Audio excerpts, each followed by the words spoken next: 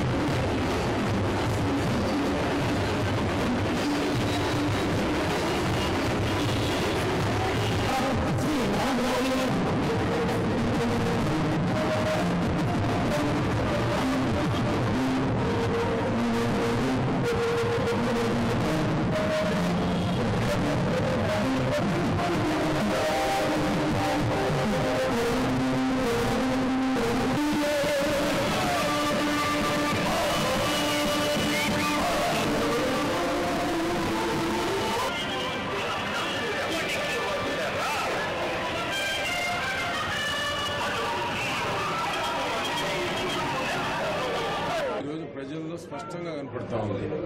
అభివృద్ధి ప్రదాత అక్కడ చంద్రబాబు గారు ఉండాలి, ఇక్కడ నేను ఉండాలి. చిలకలూరిపేట నియోజకవర్గంలో అభివృద్ధికి, సంక్షేమానికి, ప్రజా రాజధాని అమరావతికి పోలవరం పూర్తి అవ్వాలని ప్రజల యొక్క ఆకాంక్ష. అమల్లో ఉన్నటువంటి పథకాలు పూర్తి చేయాలంటే చంద్రబాబు గారి యొక్క నాయకత్వం ఒక చారిత్రక అవసరమైనటువంటిది ప్రజలు విశ్వసిస్తున్నారు.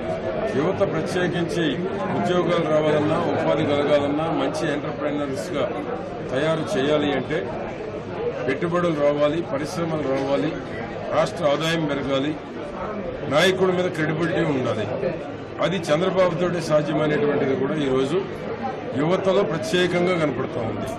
ఎందుకంటే గతంలో జగన్మోహన్ రెడ్డి ఉంటే ఏ విధంగా తండ్రిని అడ్డం పెట్టుకుని ఈ యొక్క రాష్ట్రాన్ని మసకబారేటువంటి విధంగా చేశారనేటువంటిది ప్రజలు మర్చిపోలేదు. ఐఏఎస్ ఆఫీసర్లు జైలుకు పోయారు, పారిశ్రామికవేత్తలు జైలుకు పోయారు, మంత్రులు జైలుకు పోయారు. రాష్ట్రం మసకబారింది, రాష్ట్రానికి కూడా క్రెడిబిలిటీ దెబ్బతింది. ఈ రోజు మళ్ళా 5 ఏళ్లలో చంద్రబాబు గారు తిరిగి మళ్ళా పూర్వ వైభవాన్ని తీసుకొచ్చారు. అటువంటి రాష్ట్రానికి ఒక క్రెడిబిలిటీ సీఎం, ఒక విశ్వసనీయత కలిగినటువంటి సీఎం ఉంటేనే పెట్టుబడులు, పరిశ్రమలు వచ్చేటువంటి అవకాశం, రాష్ట్ర ఆదాయం పెరగాలి, పెరిగిన ఆదాయాన్ని పేదలకు పంచాలి అనేటువంటి చంద్రబాబు గారి యొక్క కాన్సెప్ట్.